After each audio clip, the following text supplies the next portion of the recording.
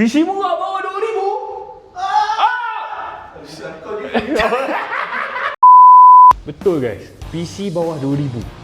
Kita orang pakai GTX 1070 Ti, Ryzen 5 2600 dengan 16GB RAM. Spek lama tu. Spek lama aku cakap. Aku janji kat korang, game AAA sekarang ni pun boleh lepas. Valorant ke, GTA 5, Roblox 1000 FPS. Lagi satu, kalau korang jenis pakai editing software, tak ada hal boleh pakai Premiere Pro, CapCut, Photoshop, Canva. Tapi satu je aku minta, janganlah harapkan performance dia macam PC 5000, 6000. Aku letup kepala kau ke ni. Harga dia bawah 2000. 1,900 ke bang? Bawah lagi. 1,800 ke? Bawah lagi. Oh, 1,700. 1,650.